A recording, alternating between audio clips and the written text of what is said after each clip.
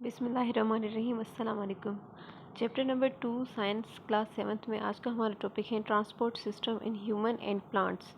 Plants में और humans में ट्रांसपोर्टेशन सिस्टम किस तरह से होता है।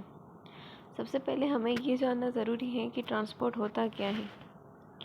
ट्रांसपोर्ट का मतलब होता है एक जगह से दूसरी जगह मुंतकली। और अगर हम बात करें ह्यूमंस की या प्लांट्स की, तो ह्यूमंस और प्लांट्स में ट्रांसपोर्टेशन सिस्टम जो होता है वो क्या कहलाता है, वो कहलाता है सर्कुलेटरी सिस्टम। जैसे कि हमारी जो बॉडी होती है, जब हम अपनी बॉडी में कोई भी चीज़ खा रहे होते हैं, जब ऑक्सीजन और फूड दोनों मिल जाता है तो वो एनर्जी बनाता है। तो वो एनर्जी जब रिलीज़ हो रही होती है हमारी बॉडी से, तो वो प्रोड्यूस करती है कार्बन डाइऑक्साइड को। तो वही कार्बन डाइऑक्साइड को हमारी बॉडी से आउट करना इज़ कॉल्ड ट्रांसपोर्टेशन।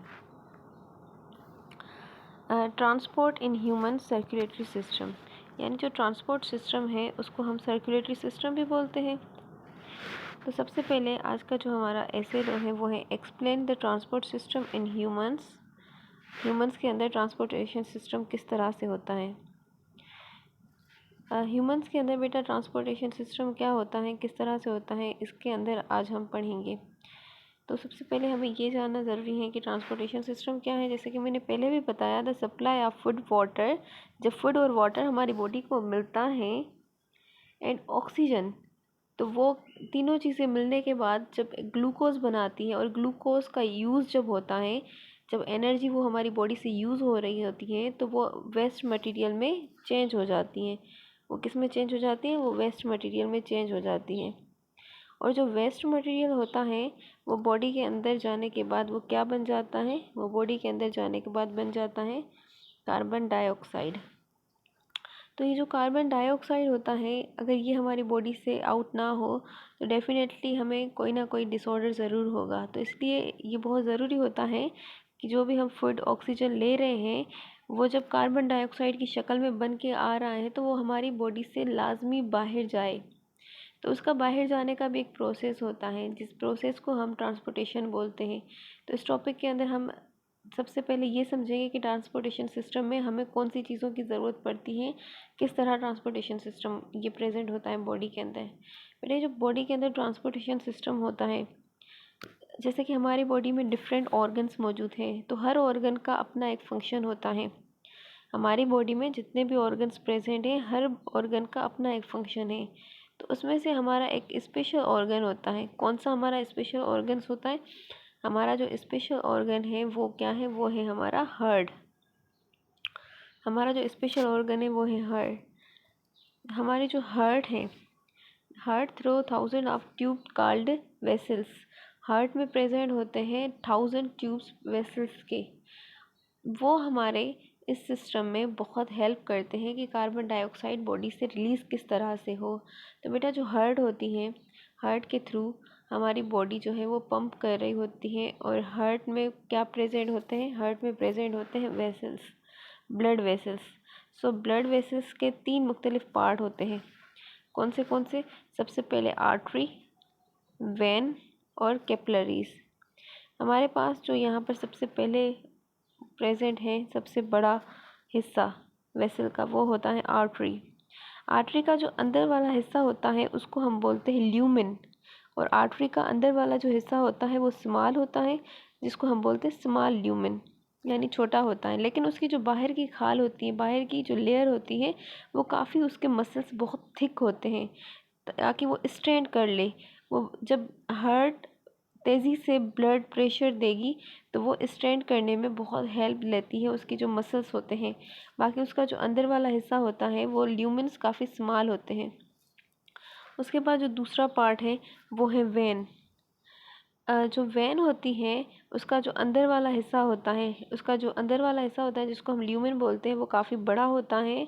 और उसकी जो आउटर लेयर होती है वाल, वो बस नॉर्मली होता है, वो ज़्यादा थिक नहीं होता। और उसके पास थिन मसल्स होते हैं, मसल्स उसके काफ़ी छोटे होते हैं।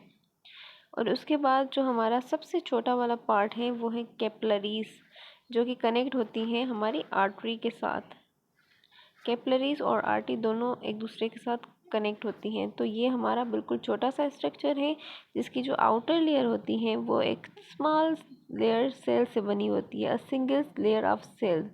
और उसका जो अंदर वाला हिस्सा होता है कैपिलरी का, वो बहुत छोटा होता है। ये 3 मुख्तलिफ पार्ट हैं वेसल्स के।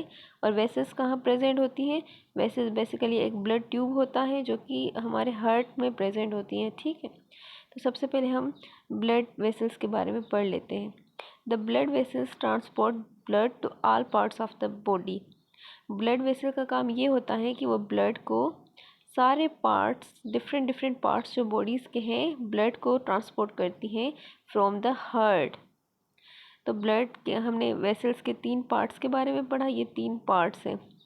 तो इसका फंक्शन क्या होता है? इनके फंक्शन ये होता है कि वो ब्लड को कैरी करती हैं, वो हार्ट से ब्लड को कैरी करती है, मुख्तलिफ पार्ट में सप्लाई करती हैं। जैसे हमारे बॉडी को ऑक्सीजन और फूड मिल रहा है तो उसको मुख्तलिफ पार्ट्स में सप्लाई करती है, ठीक है। बेटा ये जो आर्टरी होती हैं, आर्टरीज़, ये आर्टरीज़ क्या काम करती हैं? इन आर्टरीज़ का काम ये होता है क्योंकि इनके पास स्मॉल ल्यूमेन होता है और इनका आउटर लेयर जो होता है वो काफ़ी थिक होता है। तो इनके थिक स्ट्रक्चर की वजह से जब हार्ट जो है वो प्रेशर देती है ब्लड को, तो उसको कैरी करने में उनको काफ़ी इजीली कैरी कर लेती हैं, क्योंकि वो उनके मसल्स बहुत थिक होते हैं, तो वो ब्लड को काफ़ी देर तक या ज़्यादा देर तक रोके रखती हैं और इजीली वहाँ से ब्लड सर्कुलेट हो रहा होता है।